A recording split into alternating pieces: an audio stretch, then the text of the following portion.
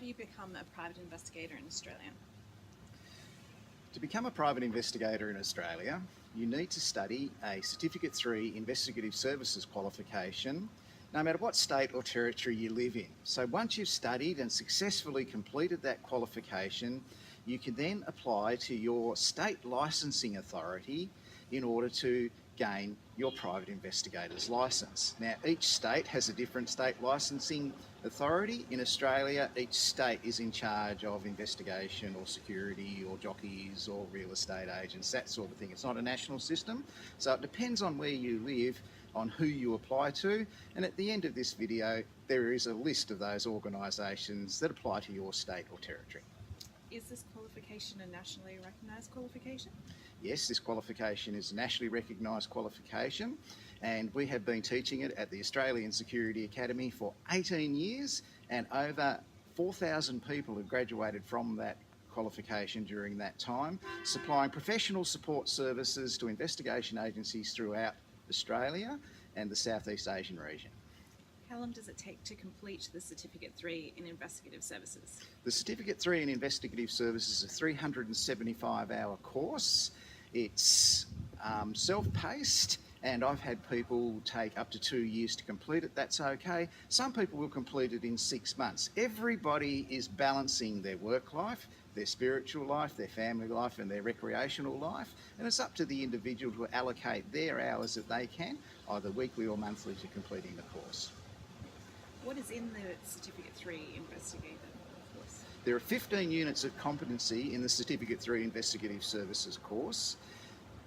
They teach you everything that has been agreed that the industry and government would like you to know in order to be a licensed private investigator and adhere to the legislation, policies, procedures and processes of each state's requirements to be that private investigator. So we teach you the legislation, we teach you how to take statements, we teach you how to write reports, we teach you how to conduct surveillance, how to set up a surveillance vehicle, how to gather and manage evidence, how to interview witnesses, and basically how to use the equipment that you'll be using. It's very important that you do not go out and spend $15,000 on equipment before you get your first job. The equipment that's required will be dependent on the type of work you do and who you work for. Great. What investigations can a beginner expect to conduct? Okay, when they enter the industry, the most common forms of investigation that the beginners will strike are general insurance investigations. And what that means is there'll be investigations relating to home and contents insurance, where someone's been burgled or had goods stolen from the home, or someone's broken something of value and put in an insurance claim in their home. It could be stolen motor vehicles, and a beginner will go out and interview the person whose vehicle's been stolen and may even go and inspect the scene if that vehicle's been found burnt out in the bush or in a park somewhere. Beginners will also conduct personal injury investigations for workers' compensation. They may conduct public liability investigations, slips, trips and falls in public places, that sort of thing. As they build and become more confident, they'll get more complex investigations in the future, but we all start at that lower level. No one's going to ask a beginner investigator to do a complex medical negligence investigation. What is the difference between the Certificate 3 in Investigative Services and the Certificate 4 in Government Investigation? Okay, they're two different qualifications. Certificate 3 in Investigative Services is the qualification required for you to conduct civil investigations in the Australian investigation industry. So that means you need a licence, and that's the qualification to get that licence, and then you need to apply for that licence for your local state licensing authority. You will conduct civil investigations. Basically, that's insurance investigations or code of conduct investigations for corporations where someone's sexually harassing someone, or it's alleged so, or it's alleged that someone's being racially discriminated against, or it's alleged that someone's been fired from their workplace unfairly. That's the type of thing you will do there. Certificate 4 in Government Investigations is the qualification required for you to be an internal investigator for a local, state or federal government department. So that means that to work internally for the Tax Office, for Border Protection, for the Transport Department, for Customs, for the Centrelink, for the Department of Child Support or something like that, local, state or federal, their internal investigators are all required to have the certificate for in-government investigation, and that's the type of work you'll do. You do not need a private investigator's licence to do that kind of work, because all your authority comes from the government department that you work for. Do you have to be a policeman to be a successful private investigator? Very good question. A lot of people think that you must have a police background to be a successful private investigator. If you go and ask any policeman, there are policemen that are very good at their work.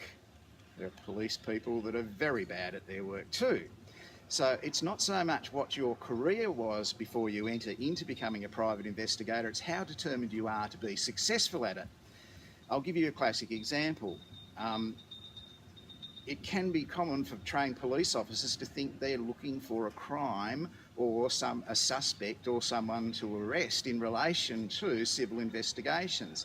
Doesn't happen in civil investigations. We're looking at liability, we're looking at negligence, we're not looking at criminal behaviour in most cases. So the backgrounds of people coming into investigations, it is enormous, and it's just not limited to police. We have people from healthcare backgrounds. Now, they have an empathy for people who are injured, and the way they get introduced to it is they might meet a private investigator who's investigating an accident that someone in relation to their work in the health department. We have people come in from teaching backgrounds. We have people enter the industry with backgrounds in government. It doesn't matter what your background is. If you're determined to succeed, if you're thorough and you're detailed, you have an ability to get people to relax and tell you things, you can be successful at being a private investigator. Who are the biggest employers of private investigators? The largest employers of private investigators in Australia are insurance companies. The way it works is investigation agencies, some of the larger ones around Australia, will win contracts and tenders to supply professional support services to law firms and insurance companies, and that will go through a 3-year period. Those investigation agencies will win that on a national basis. So they might win all QBE's work for Australia, or they might win all AMP or AAMI's or CGU's work for Australia. So in doing that, what will happen is the investigation agencies will hire you in Western Australia or in Tasmania or in Darwin or in Sydney, no matter where you live, they'll hire you as a licensed private investigator to undertake that work there. That work may include motor vehicle accident, it could be public liability, workers' compensation, it could be CTP liability, compulsory third party, sorry, it could be general insurance. But these agencies, some of the bigger ones, there's probably 15 or so of them in Australia, they have these contracts, and they need people locally to do the work, because it's just not cost effective to fly someone out of Sydney to Alice Springs to conduct a 2-hour investigation. It's not cost effective to fly someone from Melbourne to Perth to do a 5-hour investigation. They need people locally, and that's where your advantage is, living locally and serving the needs of 2 or 3 major employers. Is it possible to get work if I'm new to the industry? Yes, it's very possible to get work if you're new to the industry.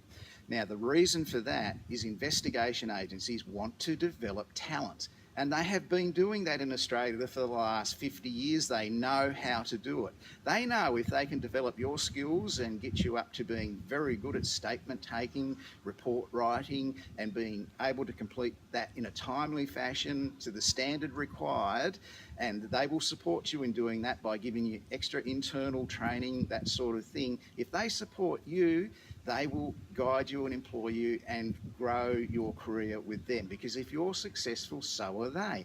Investigation agencies in Australia are paying out $10 million a fortnight to investigators around the country. There is an enormous amount of work there to be had, and people retire from investigations quite frequently because there are a lot of older people in it. They came into it later on in life, and so therefore they retire from the industry, and there's always a vacuum coming through for new people entering the industry. That's it? Yeah. No more questions? Nope.